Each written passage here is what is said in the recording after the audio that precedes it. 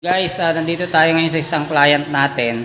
Ang problema naman ng client natin, yung CR nila, merong water heater at saka bathtub. Ang problema, walang abang na kuryente mula dito sa panel board. Walang abang pa mula dito paakyat sa second floor. Kaya ngayon, tinitingnan namin, ang location kasi ng CR, nandito sa area na to. Ang gagawin namin, pagapang kami dito ng wire, tapos butasin namin paakyat sa taas dun sa CR para mapatagos namin yung wire papunta dun sa CR kung saan ikakabit namin yung bathtub at saka yung sa water heater. Ayan, siyempre kasama ko ngayon yung putol ko na si Julie. Ayan, at saka si Oliver nandito sa taas. Ayun guys, dito yung sa second floor. Ito kasi yung CR. So, ang ginawa namin, kailangan namin magbutas dito, tapos mapatagos namin pababa. Yan. Kasi doon naman sa ilalim, doon naman pipikapin yung wire para mapatakbo doon sa panel board. Ito kasi yung kanyang CR. Yan. So, dito, meron ditong water heater, tapos meron ditong bathtub. Kaya kailangan lagyan natin ng abang yung para sa bathtub, yung para sa outlet ng ating bathtub. Yan.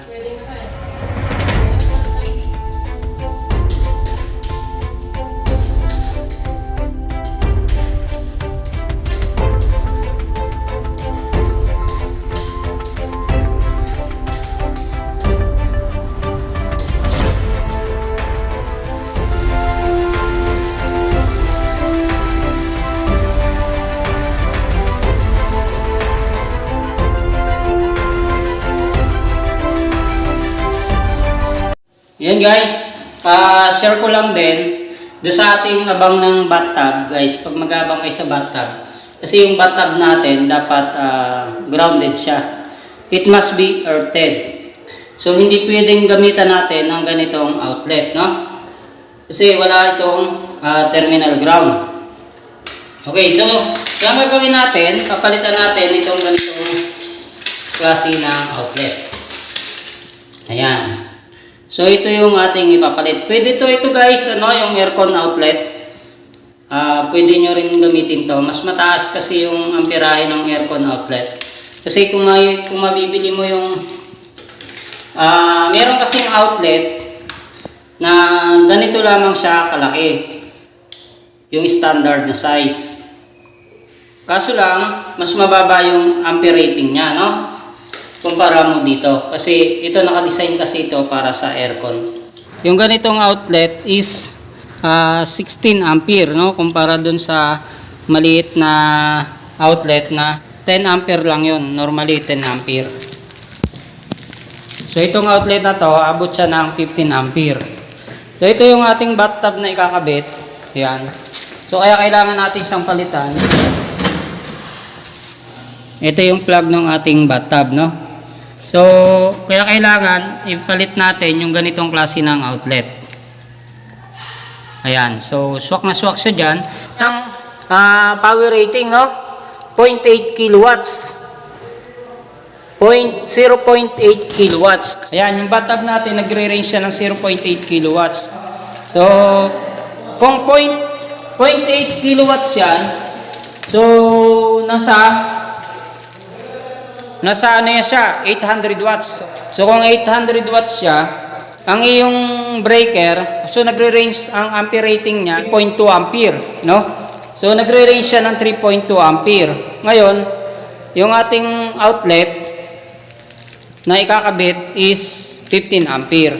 So kaya pasok na pasok din siya. So dito naman sa panel natin,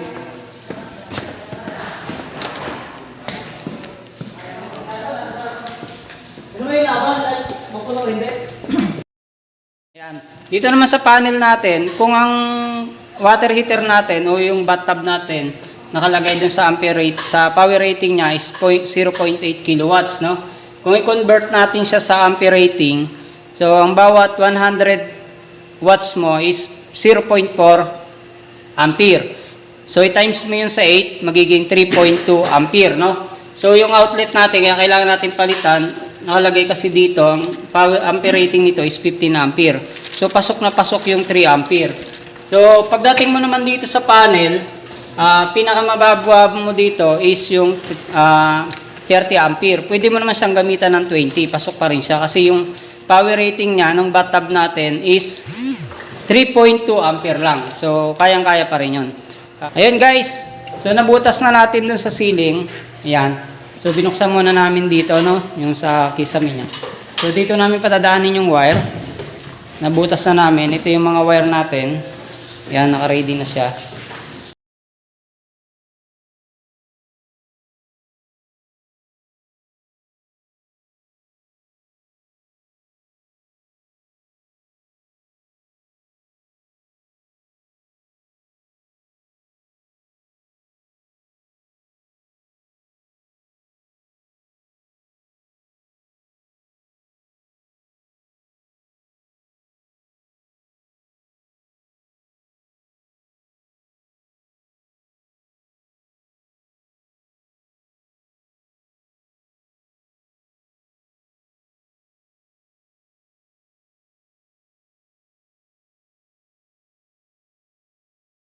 So nandito na yung ating wire.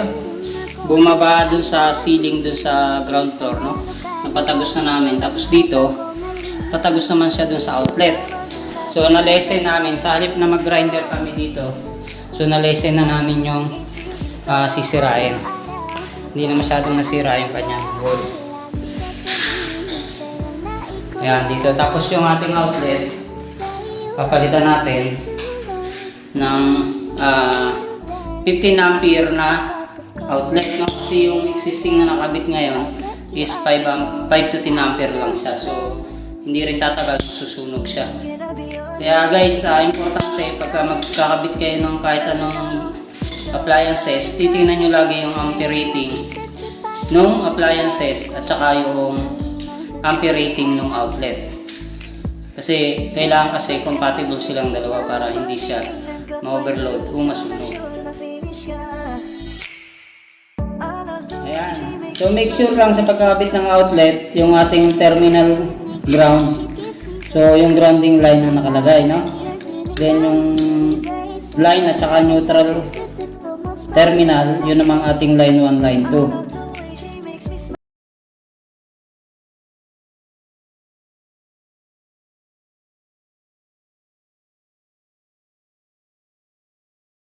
Din yung haba ng wire na ating ilulubog, no?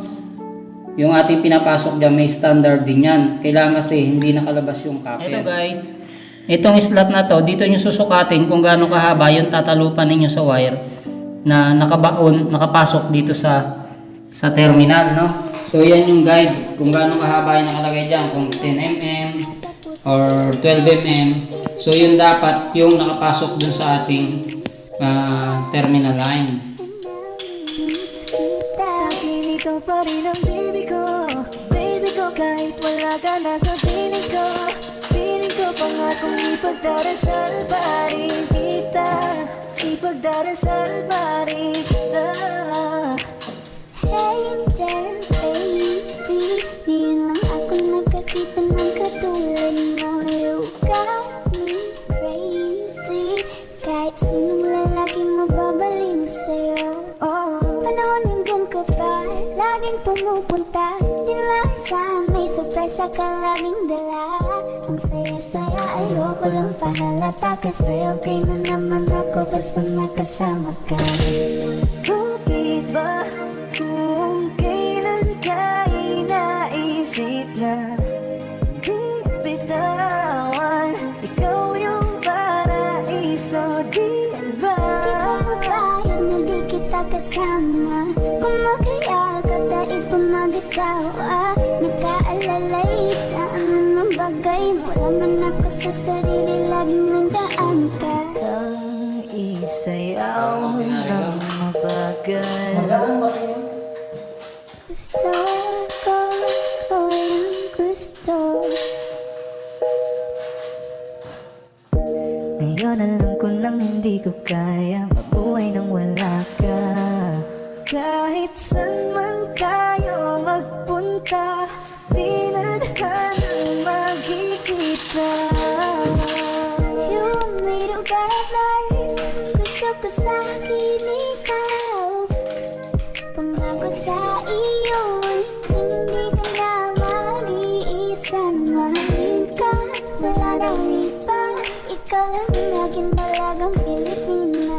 Ikaw ang dalaga, ikaw ang prinsesa.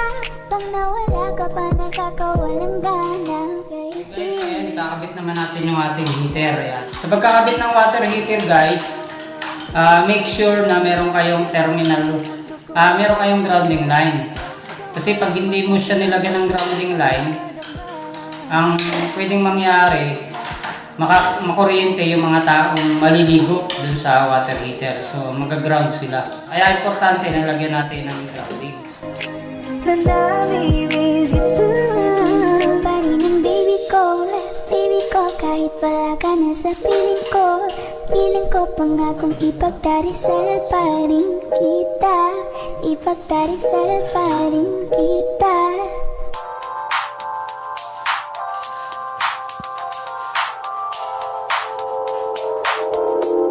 Ikaw na pinaka maganda na talaga sa inita. Ikaw na ang pinaka-gwapo namin nata sa binata. Guys, natapos na natin ikabit yung water heater, naka-ready na. Tapos yung outlet naman natin para sa bathtub, ayan, naka-ready na rin. Okay.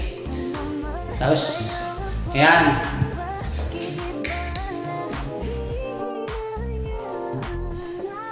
Nakita kong isang lalaki, di ko malimutan ang ganyang imahe. Ano ba ang iyong pangalan noong nakita kita? Ako'y di mapadali. Ikaw na lang ang katabi buong gabi. O pwede tayo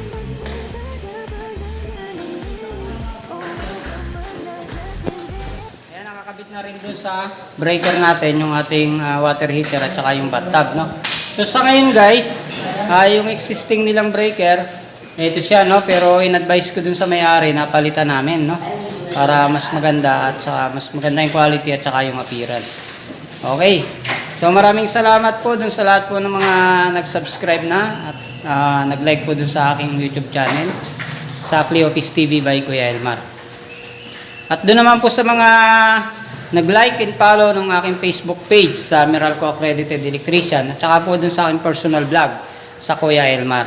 Ayan. So maraming salamat po at sana po patuloy nyo po kaming suportahan. At please like and follow my Facebook page.